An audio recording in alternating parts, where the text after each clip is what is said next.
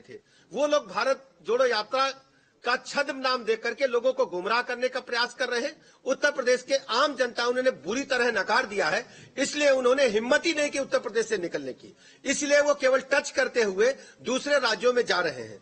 मैं उत्तर प्रदेश की आम जनता को बहुत बहुत अभिनंदन करता हूं, आभार प्रकट करता हूं कि उनकी सच्चाई को जिस ढंग से उत्तर प्रदेश की जनता ने समझा है, परखा है, कांग्रेस को पूरी तरह से समाप्त कर दिया है, तो इसलिए मैं उत्तर प्रदेश की जनता का आभार प्रकट करता हूं। इतिहास कांग्रेस पार्टी का रहा है कि उन्होंने हमेशा भारत को खंडित करने वालों का साथ देने का काम किया है। आप सोचिए, जब जम्मू कश्मीर को विलय को लेकर के चर्चा चली थी, हमारे अग्रज सरदार वल्लभ भाई पटेल ने जो उस समय सोच दिखाई थी, छोटी छोटी रियासतों को शामिल करके भारत माता का एक विशाल स्वरूप, विराट स्वरूप दुनिया के सामने रखा था। पंडित जम्मू कश्मीर को विलय को लेकर के चर्चा चली, हमारे अग्रज सरदार वल्लभ भाई पटेल ने जो उस समय सोच दिखाई थी, छोटी छोटी रियासतों को शामिल करके भारत माता का एक विशाल स्वरूप, विराट स्वरूप दुनिया के सामने रखा था। पंडित श्यामा प्रसाद मुखर्जी जी ने जो तय किया था कि इस देश के अंदर दो विधान दो निशान नहीं चलेंगे, उस परिकल्पना को मजबूत करने का काम भारतीय जनता पार्टी ने आदरणीय प्रधानमंत्री नरेंद्र मोदी जी के नेतृत्व में और आदरणीय गृह मंत्री अमित शाह जी के नेतृत्व में पूरा किया है। और कांग्रेस पार्टी ने हमेशा अलगाववादी तत्वों के साथ खड़े होकर के काम किया है और भारत को विखंडनकारी शक्तियों को समर्थन देने का काम किया है। अभी जब आप देख रहे थे जेएनयू में जिस प्रकार की घटनाएं हुई, कांग्रेस पार्टी लगातार ऐसे तत्वों को समर्थन देती रही है और हमेशा इन लोगों ने लोकतंत्र को कमजोर किया है।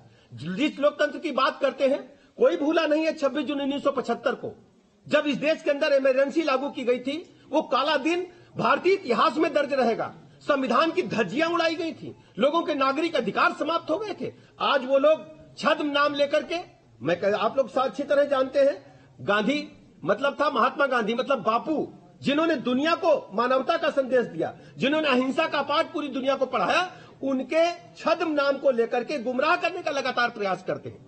मैं आप लोगों से लगातार इस सवाल को उठाता रहा हूं और आज स्पष्ट है कि उत्तर प्रदेश की आम जनता ने इन्हें बुरी तरह नकार दिया है।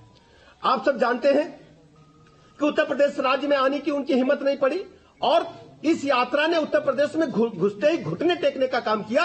उत्तर प्रदेश राज्य की सीमा से निकल करके वो बाहर जा रहे हैं। केवल सांकेतिक यात्रा है ये, बाकी जगह यात्रा इन्होंने निकाली, केरल में गए, लेकिन उत्तर प्रदेश में केवल सांकेतिक यात्रा निकाल रहे हैं। इस यात्रा का कोई मतलब नहीं, कोई मकसद नहीं और कोई उद्देश्य नहीं है। आप जानते हैं कि जिस उत्तर प्रदेश राज्य को छोड़ करके गए थे, अमेठी के लोग आज भी दुखी हैं। वो जानते हैं कि अमेठी के लोगों ने कई बार इन्हें संसद भेजा। अगर अमेठी के लोग इनके नाम के आगे मोहर नहीं लगाते तो देश की बड़ी पंचायत संसद में पहुंच नहीं सकते थे। उनको ठुकरा करके गए हैं और लोकतंत्र में जिसने जनता को ठोकर मारी है, जनता उसे कभी माफ नहीं करेगी, ये हमारा इतिहास कहता है। आप जानते हैं कि भारत जोड़ो की बात करते हैं, अपने गठबंधन को, अपने सहयोगी दलों को भी इकट्ठा करने रखने का काम कांग्रेस पार्टी नहीं कर पाई। कांग्रेस पार्टी ने हमेशा देश की जनता का शोषण किया है और बढ़ाने के नाम पर सिर्फ परिवार को बढ़ाने का काम किया है। क्या दूसरा कोई नेता ने, आज मैं फुटेज देख रहा था, भाई बहन दोनों हाथ उठाकर खड़े थे। देश की जनता, उत्तर प्रदेश की जनता अच्छी तरह जानती है क्या उत्तर प्रदेश में नेताओं की कमी है। हमारे पास एक बड़ी फौज है जो उत्तर प्रदेश की जनता के लिए काम करती है, रात दिन लगातार जनता देखती रहती है।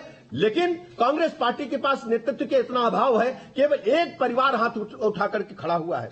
जिस ढंग से मैं कह सकता हूं कि भारत जोड़ो यात्रा नहीं है, यह परिवार जोड़ो यात्रा है। परिवार को मजबूत करने के लिए, परिवार को स्टेब्लिश करने के लिए। वो अपने आप को बेरोजगार महसूस करते हैं। उन्होंने माना था कि वो बड़े घर में, राज परिवार में पैदा हुए हैं तो राजपाट चलता रहेगा, लेकिन लोकतंत्र में बाबा साहब भीमराव अंबेडकर ने जिस दिन संविधान लिख दिया था, उस दिन तय हो गया था कि राजा अब रानी के पेट से पैदा नहीं होगा, वो बैलेट मशीन से पैदा होगा और आम जनता 25 करोड़ लोग उत्तर प्रदेश के जिसे चाहेंगे वो उत्तर प्रदेश का नेतृत्व करेगा, वही उनका काम करने का काम करेगा।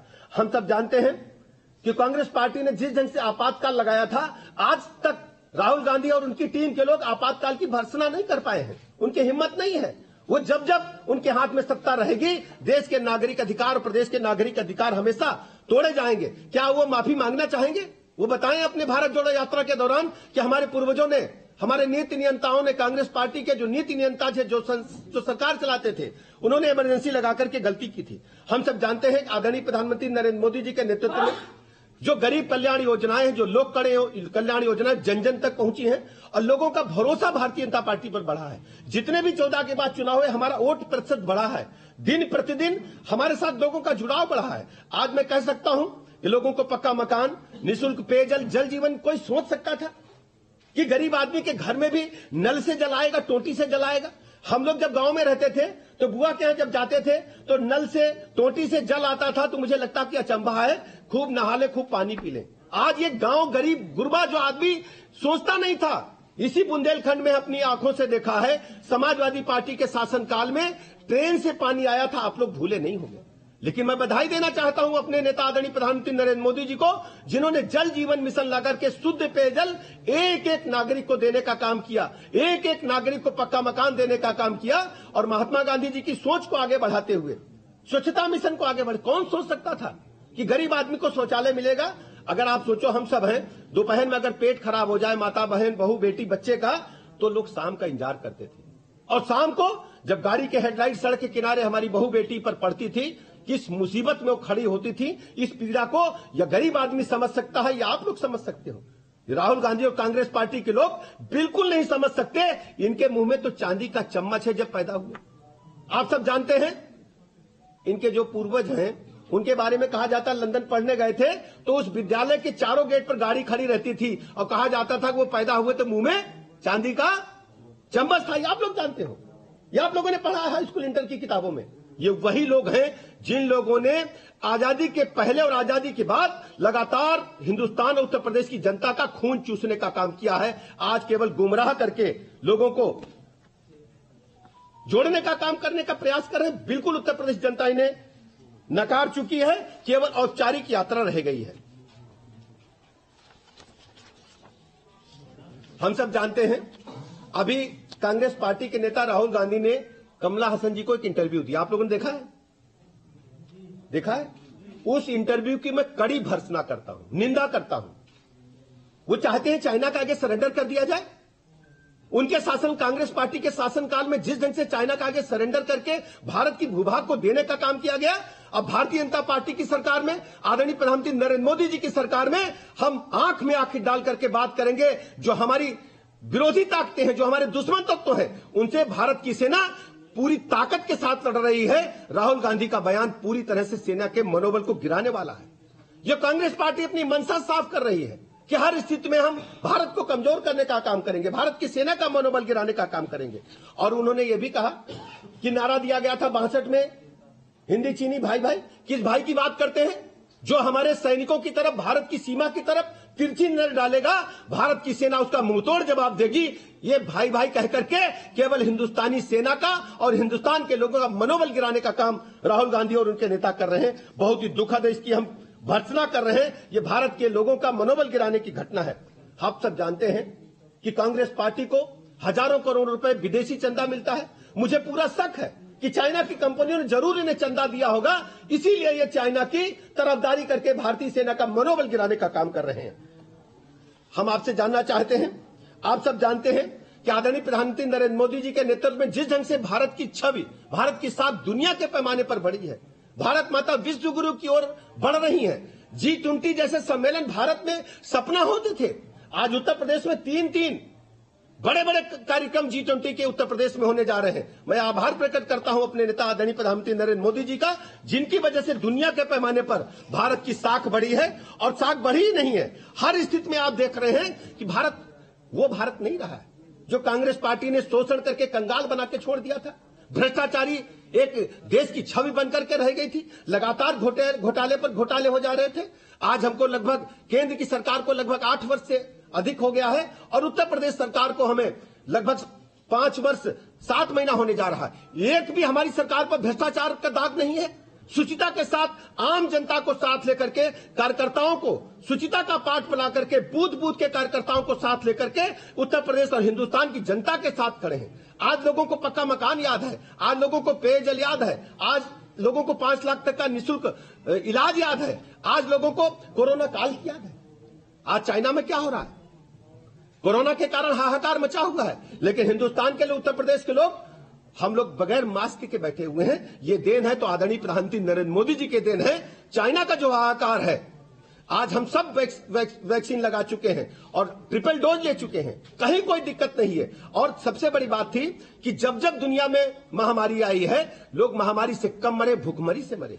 आदरणीय प्रधानमंत्री नरेंद्र मोदी जी ने देश भर के लोगों को निःशुल्क अनाज देने का काम किया और थोड़े बहुत लोगों को, 80 करोड़ से अधिक लोगों को, और फिर उसको योजना को आगे बढ़ाने का काम किया। जैसे ही प्रधानमंत्री जी को महसूस हुआ दुनिया के दूसरे देशों में कोरोना का लहर आ रहा है, उन्होंने 1 वर्ष के लिए योजना को बढ़ा दिया। ये महसूस होता कि आम आदमी, गरीब आदमी, उसकी अपनी सरकार है, उसके जीवन स्तर में बदलाव लाने का काम आदरणीय प्रधानमंत्री नरेंद्र मोदी जी ने किया है। हम सब जानते हैं कांग्रेस पार्टी अपने नेता को टहलने के लिए भेजी, उनके पास कोई काम नहीं है। अगर वास्तव में भारत माता के प्रति समर्पित भाव से काम करते होते तो आप सोचो, जो उनकी यात्रा निकली है, उस यात्रा में कौन कौन शामिल हुआ, क्या आप लोगों की नजर है क्या? मैं देख रहा था फुटेज। अफजल गुरु की फांसी का विरोध किसने किया था आप जानते हैं? एएस दौलत रा के पूर्व अधिकारी हैं।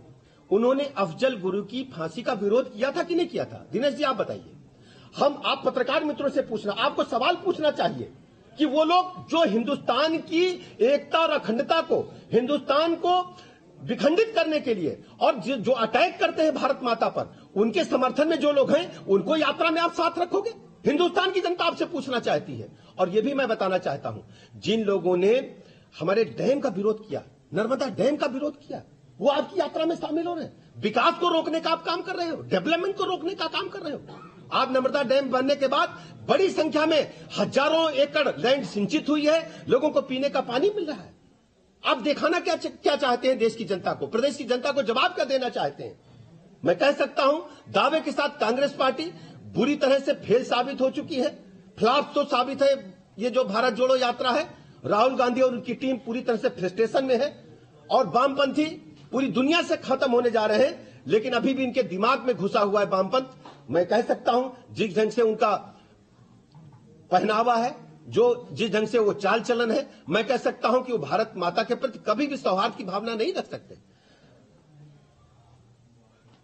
हम इन्हीं लफ्जों के साथ आप सबका आभार प्रकट करते हैं और आप सबके माध्यम से उत्तर प्रदेश की जनता से अपील करते हैं और उनका आभार भी प्रकट करते हैं कि आप सब आदरणीय प्रधानमंत्री नरेंद्र मोदी जी के नेतृत्व में और उत्तर प्रदेश में आदरणीय मुख्यमंत्री योगी आदित्यनाथ जी के लॉ एंड ऑर्डर, इसी प्रदेश में बहू बेटी की इज्जत आबरू खतरे में रहती थी, गुंडे, माफिया, बदमाश, लुच्चे, इसी लखनऊ में जब असेंबली चलती थी मेरे पत्रकार मित्रों, एक एक गाड़ी में 10-10 बंदूकें भर करके माफिया डॉन असेंबली में आते थे। आज वही माफिया डॉन तख्ती लटकाए घूम रहे के सब्जी बेच लेंगे, लेकिन गुंडई और अराजकता नहीं करेंगे। पत्रकार मित्रों, आपको सवाल पूछना चाहिए विपक्षी दलों से कि उत्तर प्रदेश के लॉ एंड ऑर्डर को छिन्न भिन्न करने वाले लोग आज कहां हैं? या तो जेल में या प्रदेश छोड़ करके चले गए हैं। मैं जनता का, प्रदेश की आम जनता का आभार प्रकट करता हूं और आप सबका भी आभार प्रकट करता हूं कि आपने मेरी बातों को प्रदेश तक और देश तक पहुंचाने का काम किया। बहुत बहुत धन्यवाद।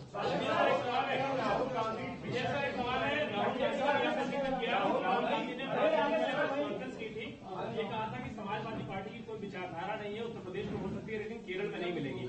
आज समाजवादी पार्टी की जो मीडिया सेल है, उन्होंने जवाब दिया राहुल गांधी को, कहा है कि उनको पहले अध्ययन करना चाहिए, उसके बाद इस तरीके के। दरअसल आप जानते हैं कि ये दो लोग नूरी कुश्ती खेलते हैं। नूरा कुश्ती सुने हैं ना? ये मिला कुश्ती होती है। इस तरीके की कुश्ती खेल करके जनता को गुमराह करते। जनता अच्छी तरह जानती है कि जितने भी ये विपक्षी दल हैं पूरी तरह चुके हुए हैं। एक भ्रष्टाचार के आतंक दलदल में डूबा हुआ कांग्रेस पार्टी है और दूसरी तरफ गुंडाराज, अराजकता, माफियावाद, बहु बेटी की इज्जत आबरू खतरे में। समाजवादी पार्टी का नारा है खारी प्लाट हमारा है। सब लोग जान चुके हैं कि लोहिया वाहिनी के गुंडों ने सीओ को हजरतगंज में बोनट पे टांग करके घुमाया था, कोई भूला नहीं है।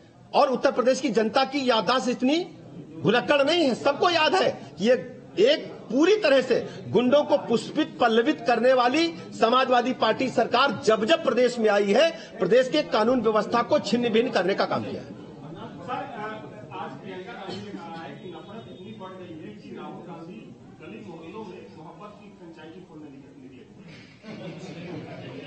देखो ये भाई बहन क्या कहते हैं, खुद ही डिरेल्ड हो चुके हैं।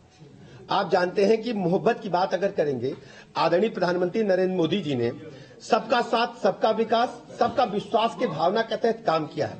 हम जब गरीब कल्याण योजनाओं की सूची देखते हैं, मैंने लखनऊ की सूची देखी है।